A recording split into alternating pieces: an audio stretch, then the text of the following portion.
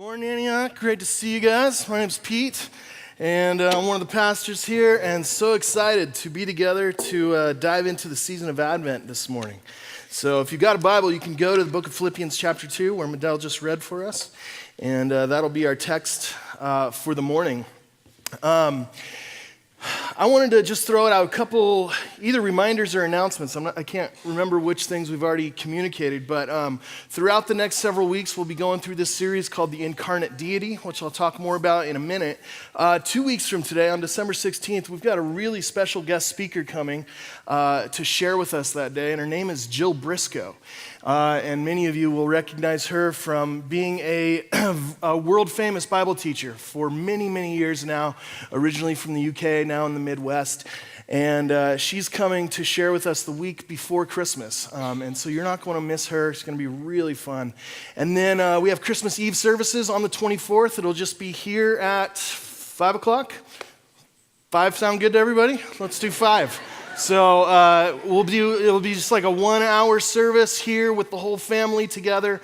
And I want to encourage you to even think about if there's a friend or a coworker or a neighbor that you would want to extend that invitation to. It'll be a really beautiful night celebrating Christmas Eve together, and something that we think your friends and neighbors would really appreciate an invitation to. So think about that. And then finally, on the last Sunday of the year, which is the 30th, we are going to be having what we're calling a Celebration Sunday.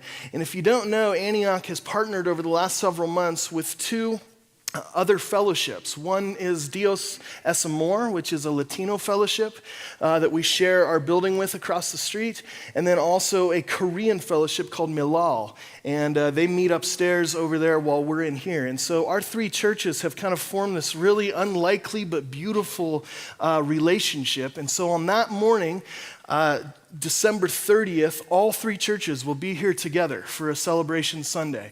And we're going to have a multilingual, multi-ethnic, multicultural service that morning with music and testimonies and prayers from all the 3 different congregations. So should be a really fun time. It's the first time we've done anything like this, but are so excited to welcome these other 2 churches and to host a celebration at the end of the year. So just wanted to put those things on your radar as we get closer to Christmas. So as we dive into Advent, like Evan mentioned earlier, Advent's a word that simply means arrival or coming. And it's a time where followers of Jesus for many years have set aside the 4 weeks leading up to Christmas to enter into the story of the people of God. And so it's a time where we learn to long for God's presence. It's a time where we join with ancient Israel in anticipating God's arrival in the world. And we mean that both in the biggest sense, as Israel awaited their Messiah king, and also as we now await the return of our king, which Rick spoke on last week, but also in the everyday stuff of life. I know so many of us have these places in our lives, even this morning, where we're longing for God to show up. Places where we wish so badly that God would make himself known, that God would intervene, that God would have mercy, that God would break into our world. Places of longing, places of brokenness. And that's what Advent is about, is acknowledging that longing, acknowledging that hunger and thirst for God's presence and power and kingdom to break into our world as it is in heaven. And so as we enter into this season together, we join with the global historic Church of Christ in a season of longing, anticipating, waiting, and hoping in God's coming. And so Incarnate Deity you may recognize as being a line from the Advent hymn, "Hark the Herald Angels Sing." And it's fascinating to me every time we get this time of year. You walk into a coffee shop or a store or whatever, and you hear the Christmas music playing over the system. And 1 minute, you're in Starbucks or whatever, and they're playing these, epic, beautiful theological songs that say, "Veiled in flesh, the Godhead see, hail the incarnate deity, pleased with us in flesh to dwell, Jesus our Emmanuel." standing in line for your latte. And then the next minute, it's a song about a flying deer, right? And somehow it gets a little confusing. So Advent is about not letting God get lost in the mix, not letting Jesus be an afterthought as we enter into this crazy season. Not wanting him just to be something that we tag on to all of the festivities and activities to help us feel better, but we together, 4 weeks out, start by recognizing Christ at the center of our lives, the center of our community, and the center of the universe. And so we're going to start by looking at the scandal of the Incarnation. We looked at the Incarnation several weeks ago as we were walking through the Apostles' Creed. And it simply has to do with the idea that Christians have always believed that the baby who was born to the Virgin Mary in that manger so many years ago was the second person of the Trinity. That it was God the Son who broke into human history in the form of a human. And so this doctrine of incarnation, and this is the doctrine called incarnation, and it's simply an outrageous claim to make. In fact, some of the other Western faiths, Judaism, Islam, and those like that, have such a hard time reconciling the idea that the great, powerful, almighty creator of the heavens and earth would do something so inappropriate as to become a human. And so for many of us, this idea that God was born to us in a manger is something we've known and believed and celebrated for many years, but we lose the scandalous nature of the Incarnation. Just how mind-blowing, how audacious it is to claim that this is the kind of God we have, a God who would lower himself into his creation. And so the word incarnation comes from two Latin words. The first, in, meaning in. The second, carne, meaning meat. If you're a Spanish speaker, you'll recognize chili con carne, right? Carne asada, a carnivore, one who eats meat. A carnival, interesting enough, used to be a meat festival. That sounds better to me than most of them now, but that's how it started. An incarnate deity, an incarnate God, would be a God, and this sounds sketchy, who becomes a piece of meat. A God who wraps himself in flesh.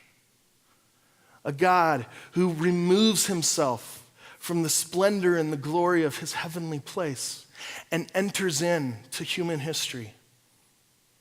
And not just as a human, but as a baby. Helpless, vulnerable, needy.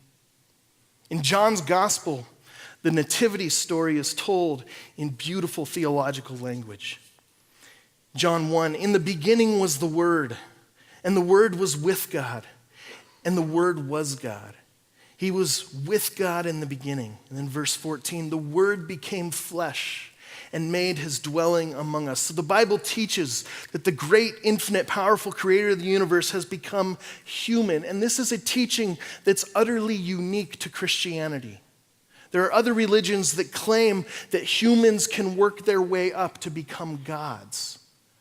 But only the Christian gospel holds to a story of a God who lowers himself to become human. And again, not just any human, but a baby. Frederick Buechner says it like this: the incarnation is a kind of vast joke whereby the creator of the ends of the earth comes among us in diapers.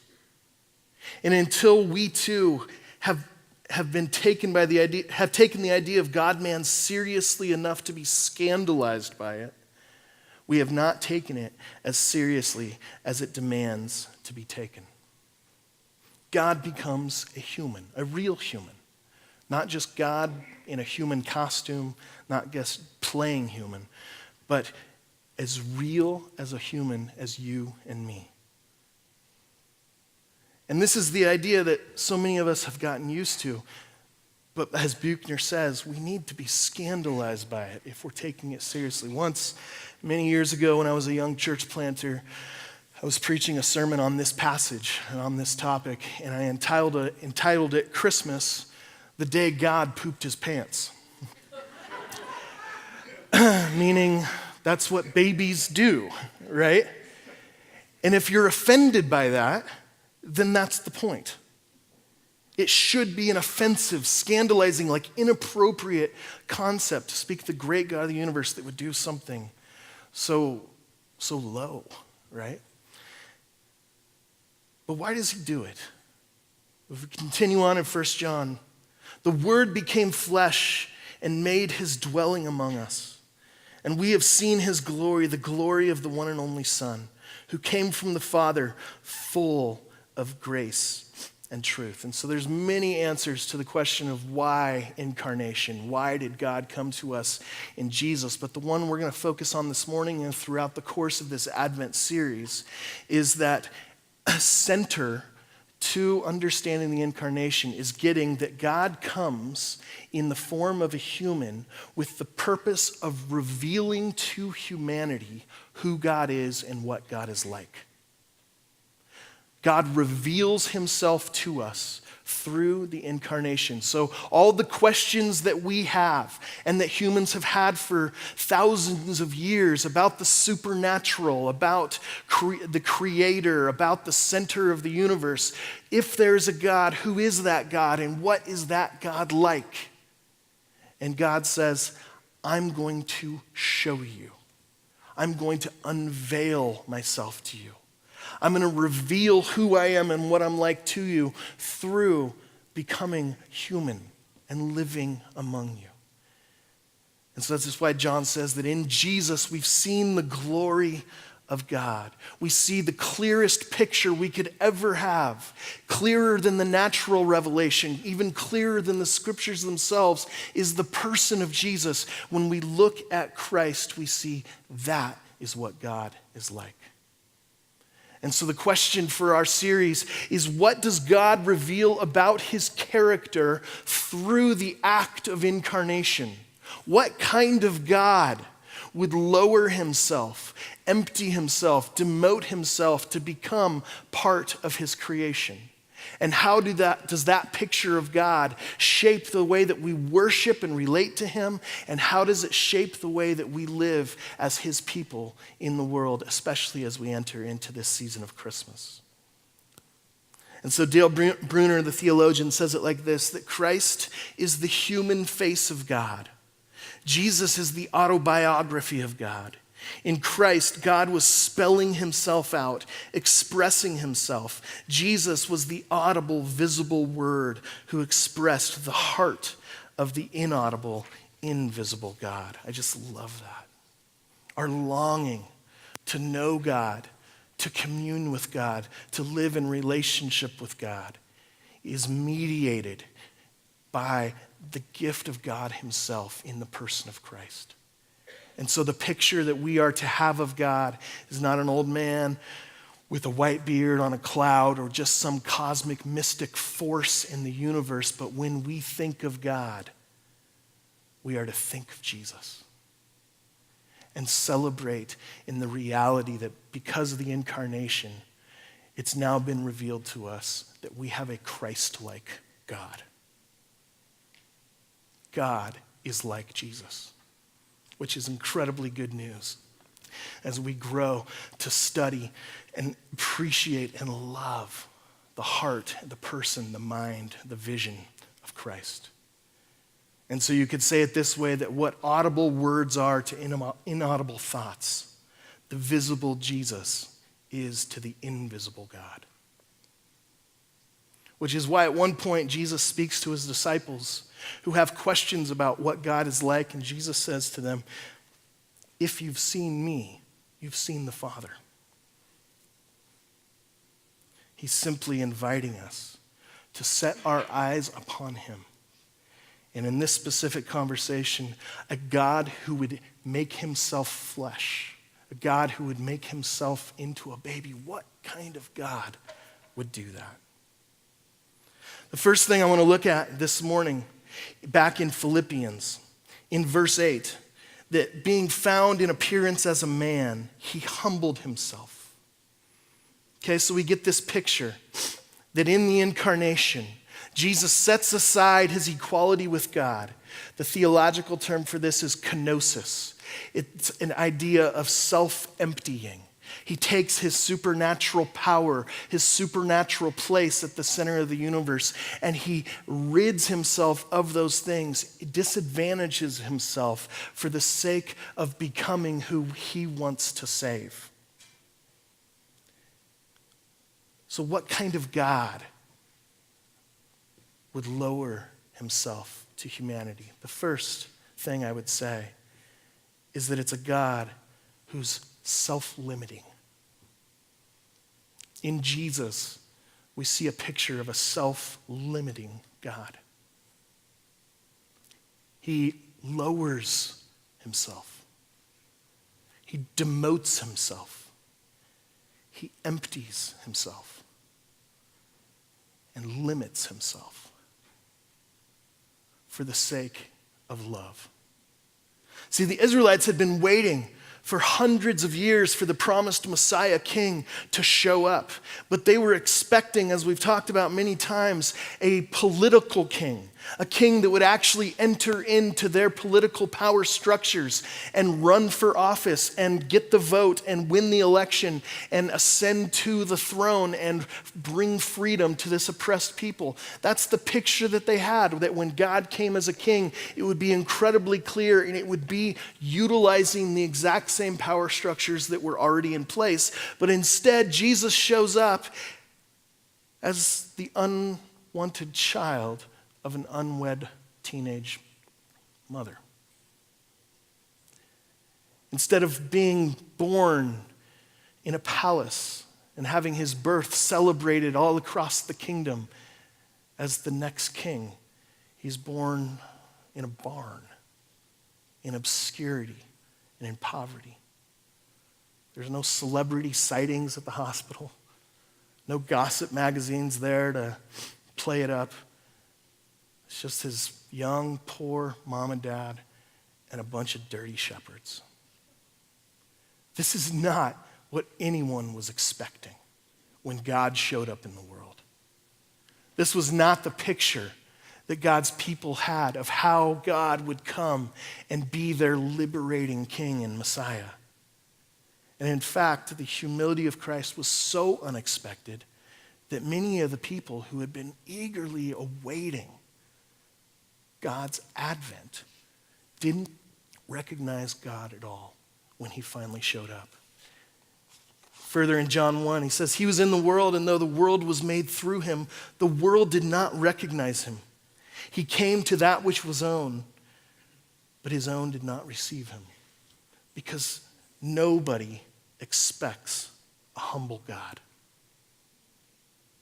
They were expecting a strong, powerful, royal, triumphant, glorious arrival.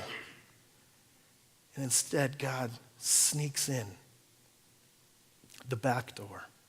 Instead of a top-down, amazing spectacle, he comes in from the very bottom of the human structures and systems of the day. Nobody expected God to show up in humble circumstances. But he does. And so the first thing I would say for us as we walk into Advent together, as we call our attention to those deep longings, those deep yearnings, God, I want more of you in my life. I want to experience your presence and power in a real way. I want to sense that you're with me. I want to be able to hear your voice. I want to be able to see your fingerprints in my life and in my family and in my neighborhood and in this world. I want to experience and receive your healing and your empowerment and your cleansing and the gift of your Spirit. All of those longings, all of those yearnings are God-given. He invites us to wait for him, to long for him, to hope for him. But then he reminds us that when he shows up, he's almost always going to do it in a way we don't expect. And it's almost always going to be in a much more ordinary or humble or easy to miss, easy to ignore sort of way. He may show up simply in the form of another person that wants to be with you and love you well. May show up in all the simple forms of the good world and the good life that he's created. A good meal, family, music, beauty, art. And the reality is, when he shows up, he doesn't always solve all our problems or fix all of our issues, but somehow he shows up in them. And that the longings and the hunger and the thirst themselves are actually the way that God would choose to come into our world. So the first charge as we head into Advent is to pay attention. Pay attention. We don't want to make the same mistakes that those who've missed him the first time around made. We don't want to allow our expectations to get in the way of us experiencing the very life of God that he's come to give us. And so, in Jesus, first thing, we find a God who is self-limiting, who's humble, who shows up in lowly and unexpected places and circumstances. And that is good news. Now let's turn that around a little bit and say, if that's the life that Jesus has lived and the God that his incarnation reveals, then as followers of Jesus, what would it look like for us to live into that truth? How would our lives and our passions and our priorities and relationships be informed or even transformed by this picture of a self-limiting God? If this is the God that's shown himself to us in Christ, and Christ is the one whom we are being discipled by and following and being taught and being saved, then how does this change our discipleship and our worship and our relationships? I want to borrow from the world of sociology. Several years ago, a guy named Peter Sang wrote a book called The Fifth Practice. And it has to do with understanding your life and understanding the world, not simply as a linear line, but as a system. That each of our individual lives, our home, our organizations that we work in and participate in, even the political structures, geopolitical structures of the world, all of these are complex systems. And if we want to see change and transformation, either just in our personal lives or in major scale ways across the world, it has to do with understanding the various components that make up the system. Okay? And so he uses the term human flourishing to describe the end goal through the lens of a common good perspective. That what is it that we want for ourselves and other people? We could reduce it and say the word happy, that we just want to be happy. But I like the idea that human flourishing has to do with more than simply emotional well-being, but it actually has to do with the holistic repair of the broken relationships of humanity.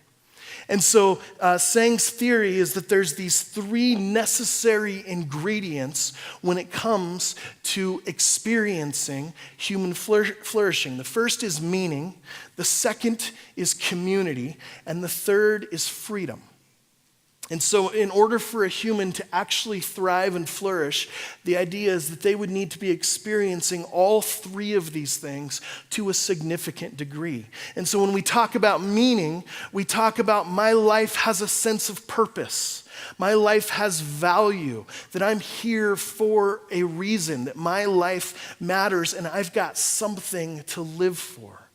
If you read Viktor Frankl's Man's Search for Meaning, as he does this intense study of those that survived the most brutal circumstances in Nazi concentration camps, he realizes that the ones that are most likely to survive the longest aren't necessarily the physically most healthy or the most educated or the most intellectual or the physically strongest, but it's those who had the greatest sense of meaning in their lives, a reason to live, that they were able to endure hellish circumstances. And so we have to have meaning. Secondly, we have to have community.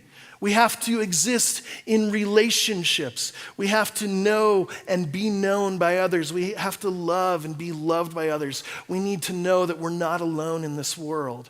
We need various levels of relationship. And he talks about several concentric circles from very intimate personal relationships all the way out to public societal relationships that make the various dimensions of community in our lives and how each one of those is important.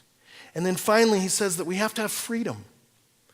In addition to having this sense of connection and community, we also have to have this sense of autonomy. We need to be able to choose. We need to be able to think for ourselves. We need to be able to exert our own will to a certain degree in order to flourish. And so this is expressed through the freedom of choice, the freedom of expression.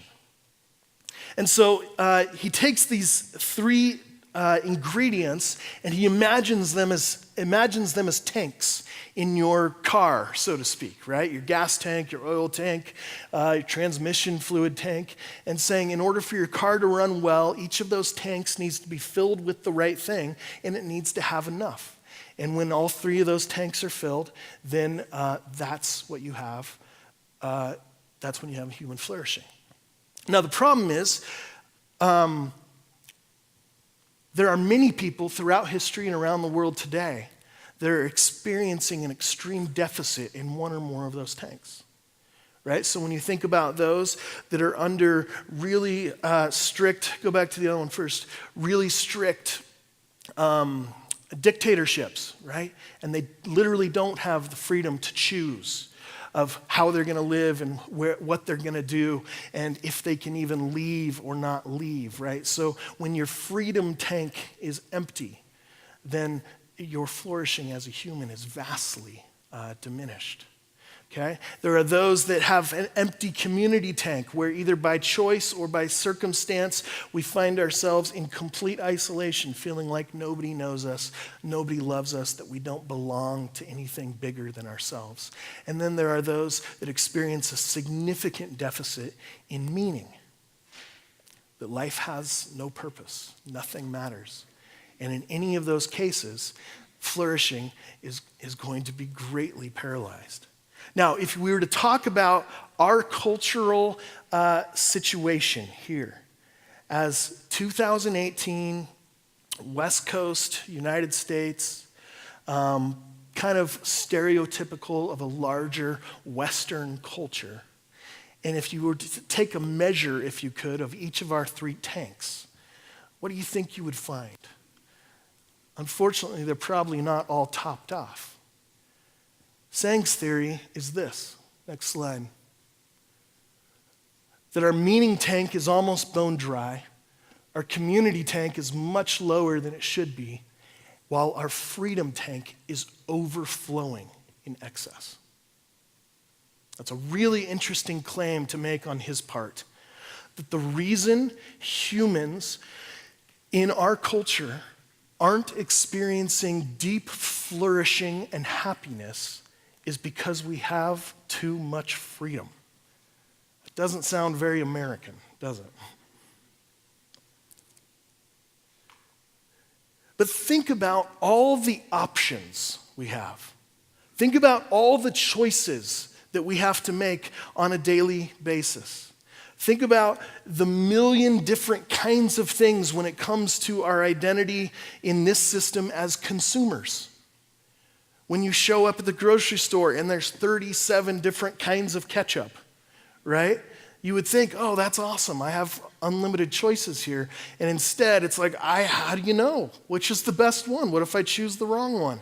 What if this one isn't, fair trade, organic, and people are going to judge me and that sort of thing? Think about Amazon, right? As you're starting to shop, you're like literally anything, anywhere in the world can be on your doorstep in 2 days. More and more researchers are beginning to uncover this choice anxiety within Western consumers. That the overwhelming amount of options we have rather than leading to flourishing, is leading to an incredible increased rate of anxiety.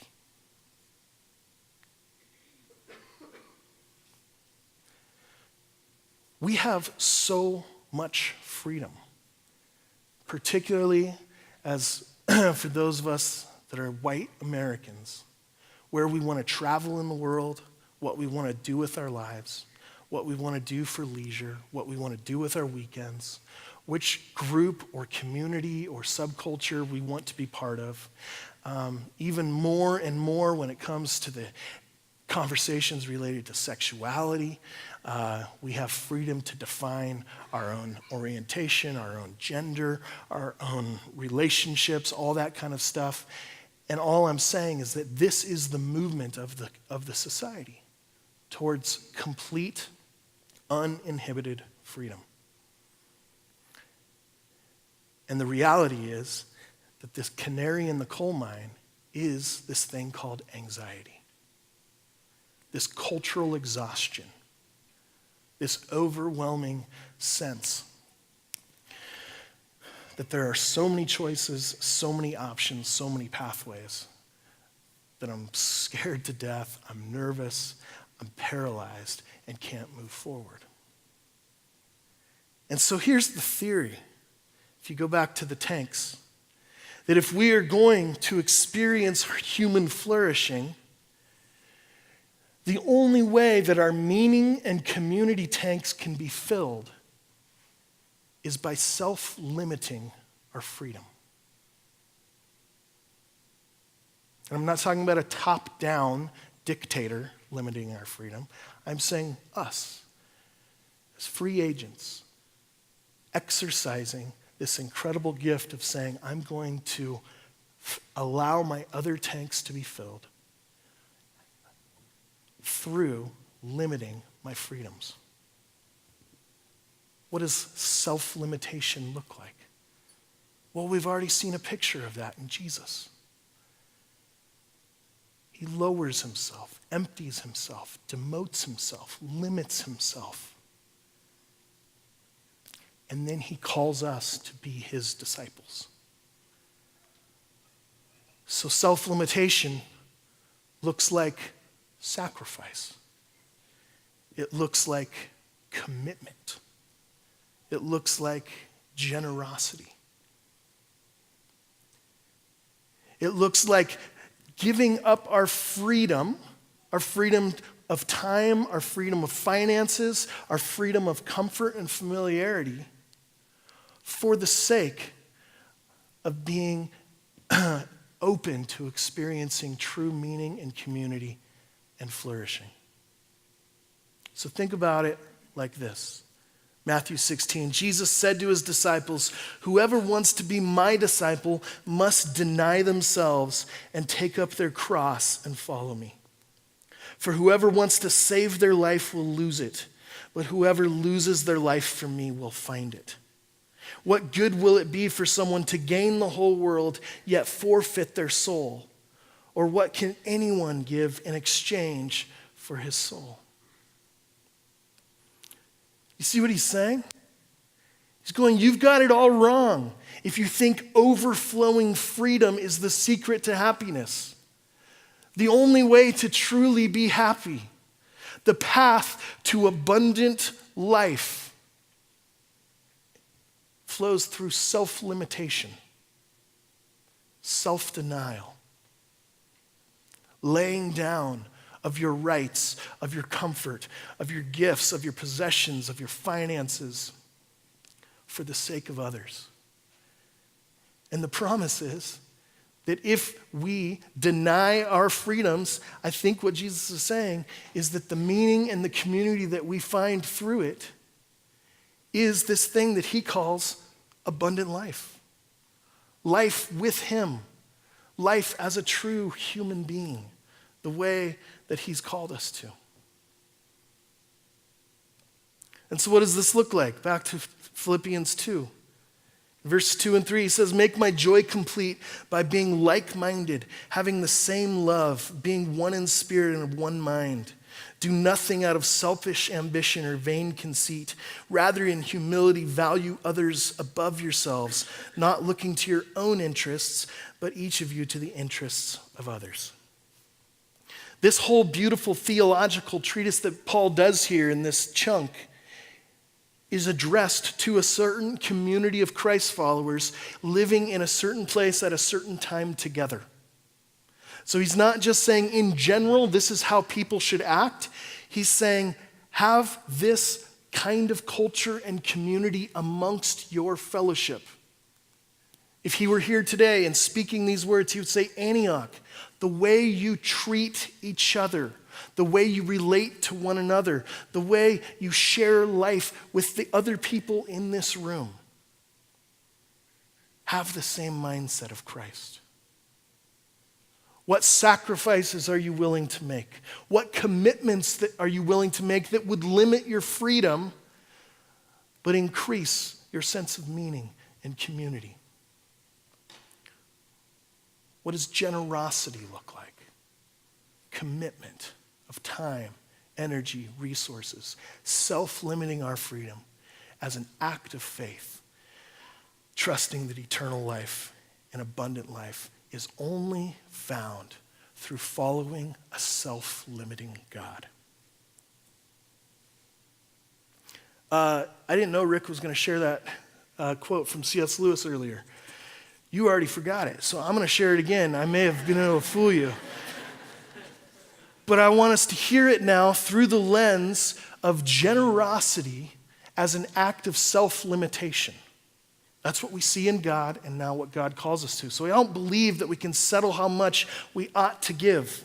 I'm afraid the only safe rule is to give more than we can spare. In other words, if our expenditure on comforts, luxuries, amusements, etc. is up to the standard common among those with the same income as our own, we are probably giving away too little.